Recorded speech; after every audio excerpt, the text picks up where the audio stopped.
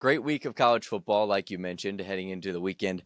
Plenty of games to be excited about, plenty to look forward to. I think the highlight of the day, though, came in the SEC. College game day was in Knoxville for Georgia versus Tennessee. And this is one that Tennessee struggled with over the last couple of years, right? They haven't been able to beat Georgia. And what I thought ultimately led to the win in overtime for the Bulldogs in Neyland Stadium was Georgia's ability to just absorb the haymakers, right? Like there was times in this game where Tennessee was really making a run. They got up, and it was quick plays. And I think 9 minutes with 9 minutes left in the first quarter, it was already 14-7. I just thought the speed of the game early was the first haymaker, but Georgia was just absorbing them, and they were going with it. And I felt that Gunnar Stockton was somebody who showed a lot of cards, showed a lot of what he could do. We know him as the stocky quarterback, the strong-legged quarterback. But he gets the ball after Tennessee scores on their opening drive, and he hits that first fade up the sideline, and you finally see kind of things get going, things that UGA hadn't showed to this point.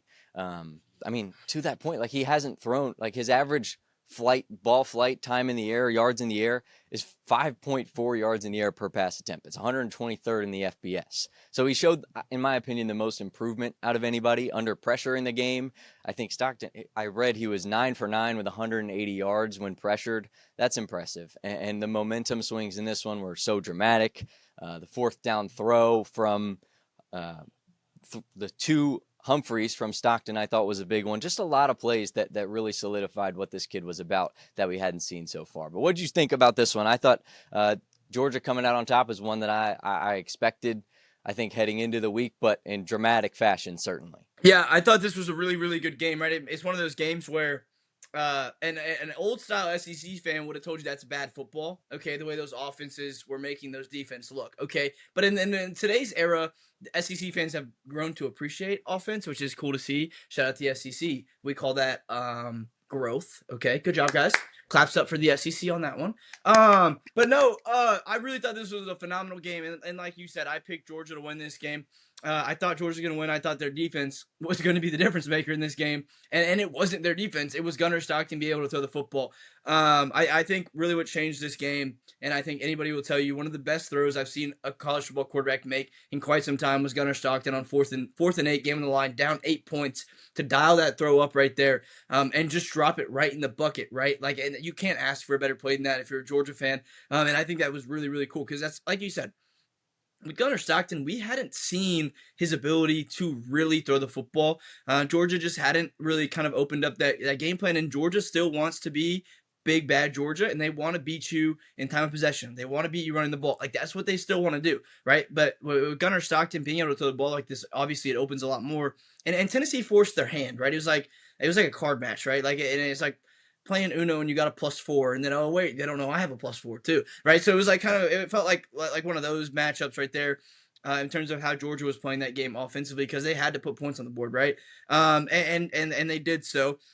But yeah, like I said, that 4th and 8 on a throw from Gunnar Stockton was just, that changed the game. I think that at that point, I was like, I think Georgia's going to win this game. And then what really kind of was wow was how open Branch got on that 2-point conversion. I mean, he was on his own island over there. So come on. I don't know what happened there. Some stats I wanted to throw out that I told Tennessee fans going into the year. Tennessee was ranked, I want to say they're 25 in my preseason rankings. And a big reason was because the amount of talent they had losing on the defensive side of the ball. And just the attrition there, I thought was the lack of attrition, I think, is the right way to phrase that. Sorry, I'm not an English major by no means. Tennessee, I was really worried about their defense, and I think that showcased against Georgia. Last year, they finished number 7 in total defense. For context, Georgia finished 23, and Georgia's defense last year, them dogs, is still hell, right? So Tennessee's defense was exceptionally good last year, and obviously this year is kind of messed up to pull the total defense stat this early, but it's still pivotal because of what just happened, right? We're only 3 games in, so it's kind of skewed a little bit. But right now, Tennessee's 105 in FBS in total defense, and they did just give up 500 yards, right? So that plays a massive role. But Tennessee's going to see a lot of offenses like this year, right? Like a lot of really good. You could argue that this might be one of the worst offenses they'll play. So like Tennessee's defense has got to step up. And for context, I mean um, Georgia gave up 496 yards, and Georgia's defense and total defense is still 48th in the country. So, like, if we want to see how big of a fall off Tennessee's really had defensively, it's certainly evidential and it's there. And that worries me. But I still got to give Tennessee their props, man. They almost snapped the streak. I think it's 8 now, maybe 9 now. They almost snapped the streak. And you got to make those kicks, man. You got to, big time players step up in big time plays, and I think that kick's gonna haunt them. But please don't go spread hate to that kid on social media. I'm sure that kid is more mad at himself than you ever be mad at him. And it's just one of those moments where the lights are too bright, dude. Like it's a hard kick, dude. Like there's a lot rolling on that and I don't know environment. if you felt this way too, but for me, it felt kind of like Tennessee iced their own guy, not purposefully, right? Like that sequence from what was it, the false start through the and that time wasted in the middle, that felt like an eternity. I can't imagine what that was like for that kicker. And you kind of had a sense, I think, when he stepped up to kick it that I don't know, he might be shaking in his boots a little bit. You want that guy to just get out there and do his thing. You saw it last year with Bert Auburn and at Texas, right? Like when a timeout got called and Bert Auburn had to go walk over to the sidelines and talk to old Sark, it almost looked like you could tell he was pissing down his pants, right? But for Matt, I thought Max was gonna make it. He's a good kicker. I thought he had it in him. But like I said, that's a hard kick, and it's in Georgia haunts that stadium right now, right? Like that stadium's got bad vibes when Georgia comes to town. Like this is the first time Georgia hasn't won by double digits there in quite a while. I think I want to say it's been like quite some time since Georgia hasn't won by double digits in Knoxville. That stat could be wrong, but it feels right. I feel like Tennessee's actually battled closer at Georgia than they have at home against Georgia for some odd reason. But yeah, just shout out Tennessee. Joey Aguilar looked good, but for Joey Aguilar, I want to call him Joey Swagular. I mean, can't lose the turnover battle, which they technically didn't lose the turnover battle. It was even, but they lost time possession really bad. Lost time possession by 11 minutes. They got outrushed for about 50, 60 yards. Can't let that happen. And they got outgained in total yards. They were also only 5 for 12 on third down. You don't ever want to really see that.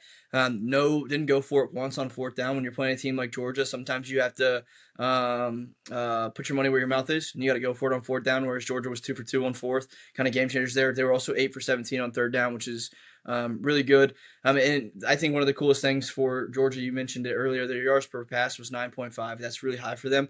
Whereas Tennessee, which their yards per pass is usually long because they run a lot of goes, was only 10.3, so only 0.8 more. So I think that was just really the key there. And then penalties, man, kind of Tennessee started shooting themselves in the foot. You can't have 10 penalties for 82 yards and you want to upset a team like Georgia. They're just too well coached. They play way too good of ball. I thought Branch really impressed me. I think it's been a really good transfer pool for them at the wide receiver spot. And then C.J. Allen defensively, absolute dog. Arian Carter for Tennessee was an absolute dog. So yeah, just a really, really good game. I would be also doing a discredit if I didn't shout out Chris Cole. I think he had a sack and a TFL. So, I mean, it's just a really good game. I don't think it's a knock on either. I think both these teams could make some noise this year. But what I'm really interested in is how does Tennessee bounce back from this loss? Because it's like you just gave it your all. Like that's that was the best ball they might play all year, which you don't hope is the case, right? But that might be the best ball they play all year, and they still lost at home too. But shout out Knoxville. That place was damn rocking. They showed out for game day. Knoxville's in a great environment. I think it's a top 5 environment in college football, bar none. Gets super, super loud, super ruckus.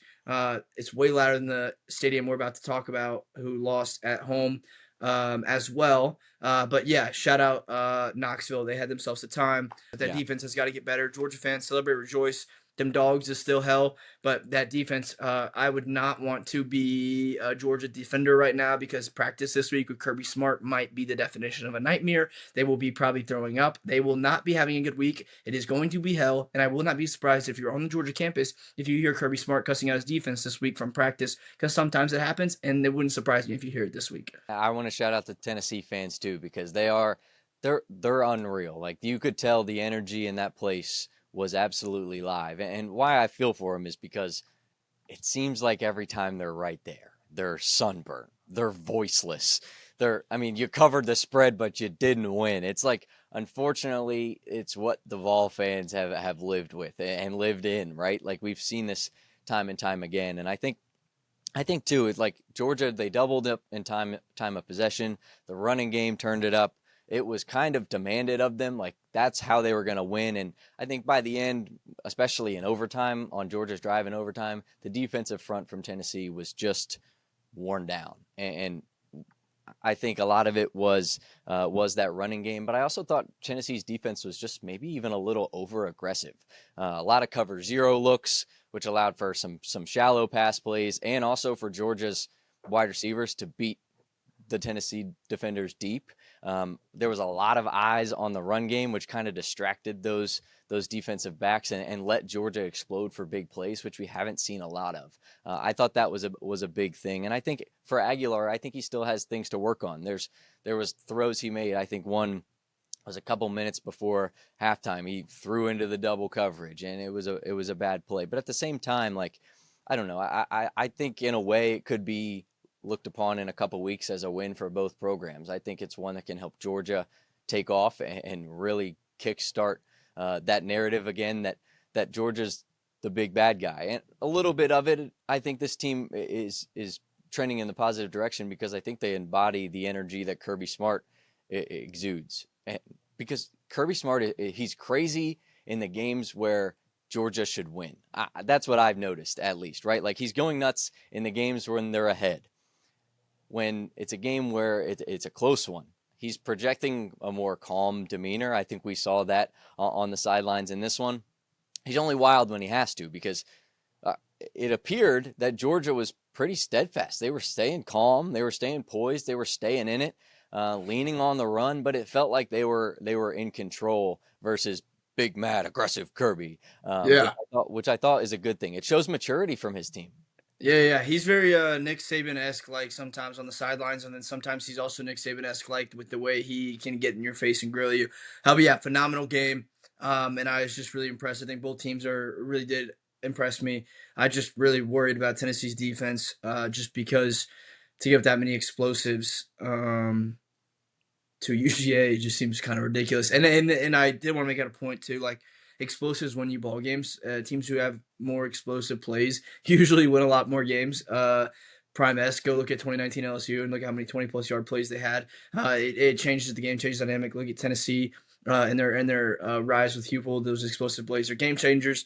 Any play over 20, 30 yards can completely flip the field and change the game. So you got to hit on the explosives, and both teams hit on the explosives this game. So it's not like you can't say one did the other, but one just didn't take advantage when they needed to. I thought after that strip sack, Tennessee was definitely going to win, and they did not.